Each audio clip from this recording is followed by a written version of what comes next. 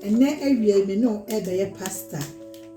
Pasta kita me nsem a bro and I did see never be used to die pasta. It's very simple. I'm also in Yanimura Ashimu Emma and say nya omega 3 vitamin D assign vitamin B12 B6 B3 vitamin E vitamin A and a nya salmon yimu tisi odi salmon we ya Yanimura wudi adi egu unipa edwemu eno no pete eso rosemary so wo dry one bi wo ba obetumi so ayusu apete so akra edi egu so mi egu baking tray no so edi she oven mu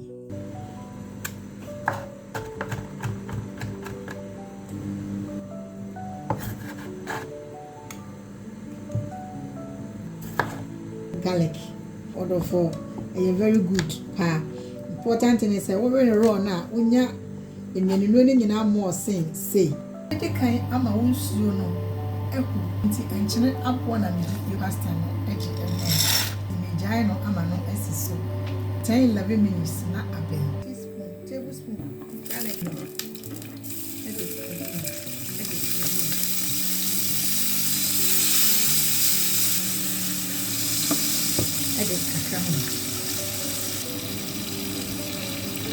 me dey so kakra awu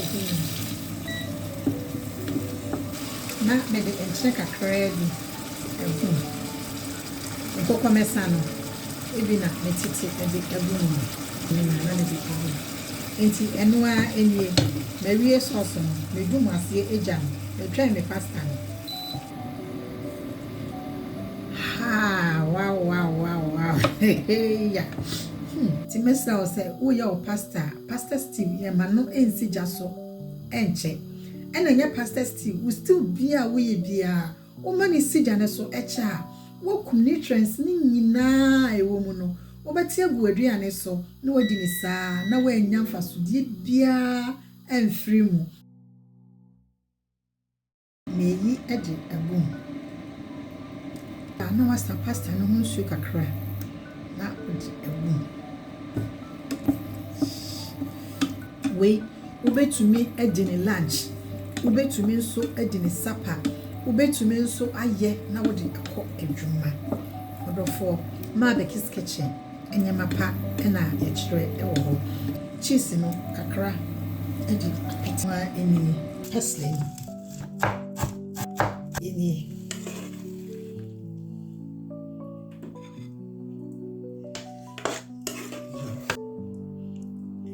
a healthy and kasa aduane kwan ya befa so a obeye aduane no ene na ema aduane no aya papa na ase ema aduane no enya papa so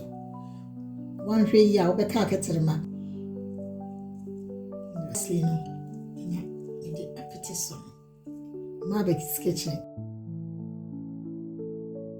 meyi no ti eni kama abusuya enja ho ma be kitchen se wan hwe ma be kitchen na wo ya ye wo ho na wo ya ahwera de panso so nice meal say na wadi ni kama be kitchen ene ma pa ena odoma nkoma yankopon ya adoma a ye di egu kwan mu se de be ya ebebo ye nyina na asa ye nipadua e yare abusuya enye easy chichi